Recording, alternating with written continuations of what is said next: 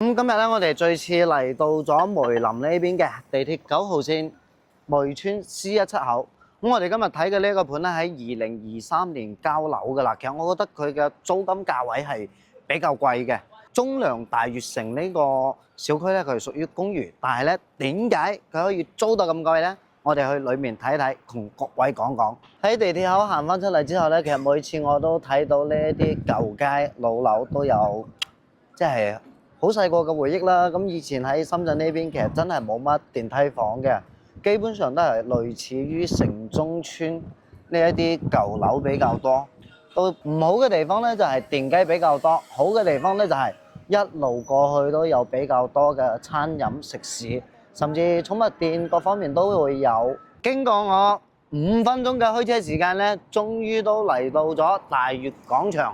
咁目前因為交樓咗都有成2年嘅時間，基本上入住嘅人都已經住滿晒。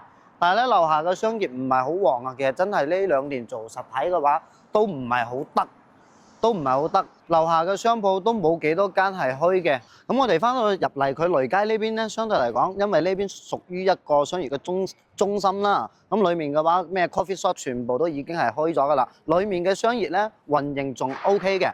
咁點解呢一邊佢嘅租金會比其他嘅公寓更加貴呢？佢大部分人咧其實都係後生仔喺裏面創業啊，做自媒體、做電商，甚至做美容美髮、美甲之類嘅人更加多，所以佢嘅租金會貴翻少少。嗱，咁我哋依家上到嚟29樓呢度，呢個咧係09同埋10兩套房咧做埋咗一齊嘅。咁房產證面積咧去到咗97平嘅。